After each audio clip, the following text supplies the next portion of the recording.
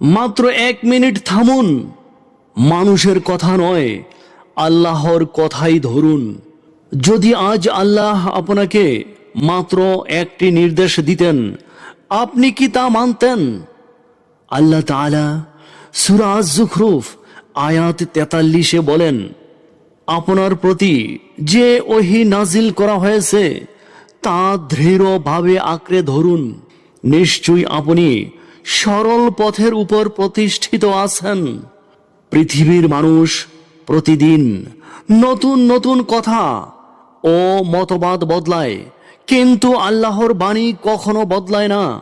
আপনি কি কোরআনকে আঁকড়ে ধরেছেন, নাকি রাসূলের নামে মানুষের তৈরি দুনিয়ার কথাকেই বেশি গুরুত্ব দিয়েছেন? এই আয়াতটি আজই বন্ধুদের নিকট শেয়ার করুন। হয়তো একজন মানুষের কাছে আল্লাহর কোরআনের বাণী পৌঁছে দেওয়ার মাধ্যম হবেন আপনি।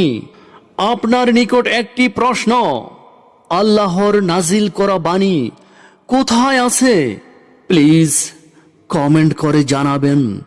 আলহামদুলিল্লাহি রব্বিল আলামিন।